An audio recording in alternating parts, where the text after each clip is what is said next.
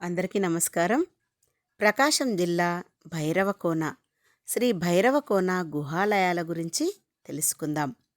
మహాశివరాత్రి, కార్తీక పౌర్ణమి పర్వదినాల్లో ఆ అడవిలోని గుహలు శివోహం శివోహం అంటూ ప్రతిధ్వనిస్తుంటాయి. ఎటు చూసినా లయకారుడైన ఆ శివుడే దర్శనమిస్తున్నట్లుగా భక్తులు శివతత్వంలో మునిగిపోతారు. ఆధ్యాత్మికకు మారుపేరుగా చెప్పుకోదగ్గ ఆ ప్రాంతం ఎక్కడో లేదు, మన రాష్ట్రంలోనే ఉంది. అదే భైరవకోన. అష్టశివ గుహాలయాలకు నెలవైన సౌందర్య సీమ. ప్రకాశం, నెల్లూరు జిల్లాల సరిహద్దులోని దట్టమైన పచ్చటి కొండా కోనలు, జలపాతాల గలగలలు, వాటి మధ్యలో గుహాలయాలు. ఎంత చూసినా తనివి తీరని ప్రకృతి, అదృశ్యంగా పలకరించే ఆధ్యాత్మికత. అక్కడ గాలి సైతం భైరవరాగం ఆలపిస్తున్నట్లే వినిపిస్తుంది. పార్వతీ పరమేశ్వర్లు ఈ ప్రాంతాన్ని సందర్శించారని, వారికెంతో నచ్చిందని, దాంతో అమర్నాథ్లో కనిపించే శివలింగాన్ని పోలిన లింగాన్ని ఈ ప్రాంతంలో వదిలి వెళ్లారన్నది పౌరాణిక కథనం.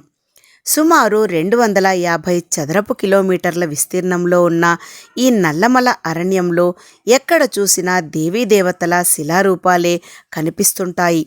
ముఖ్యంగా ఓ కొండలోనే 8 ఆలయాలు చెక్కిన వైనం ఎంతో అపురూపంగా అనిపిస్తుంది.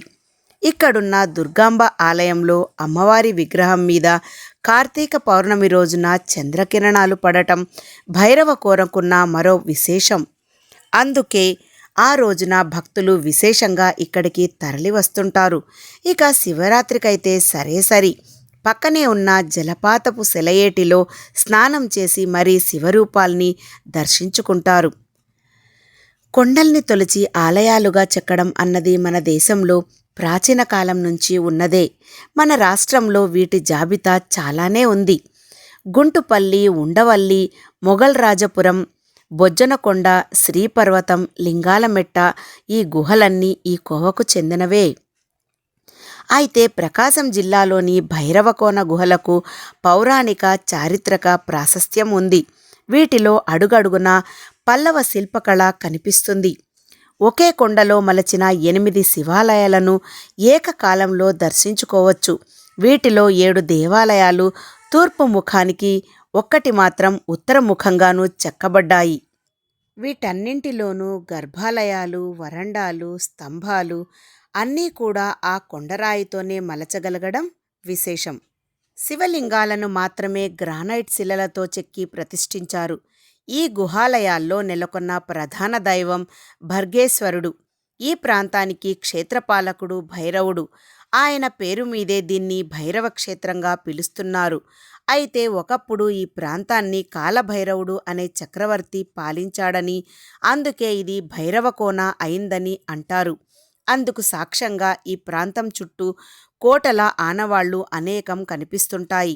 ఇక్కడ కొలువు తీరిన శివలింగాలు సుప్రసిద్ధ క్షేత్రాల్లోని శివలింగాల్ని పోలి ఉండటంతో వీటిని కూడా ఆ పేర్లతోనే పిలుస్తున్నారు.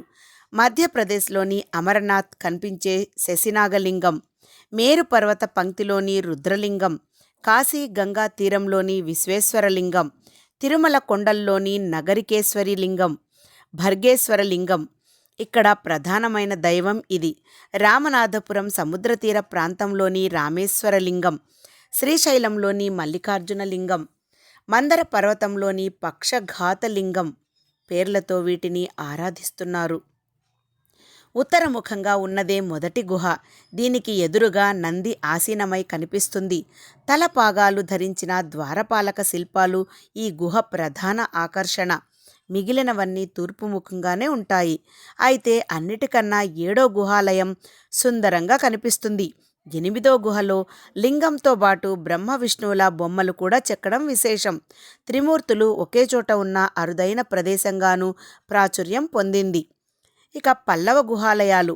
ఇక్కడి ఆలయాలకు మహాబలిపురంలోని ఆలయ నిర్మాణ శిల్పశైలికి సారూప్యం ఉండటంతో ఈ గుహాలయాలను పల్లవుల కాలానికి చెందినవిగా భావిస్తున్నారు.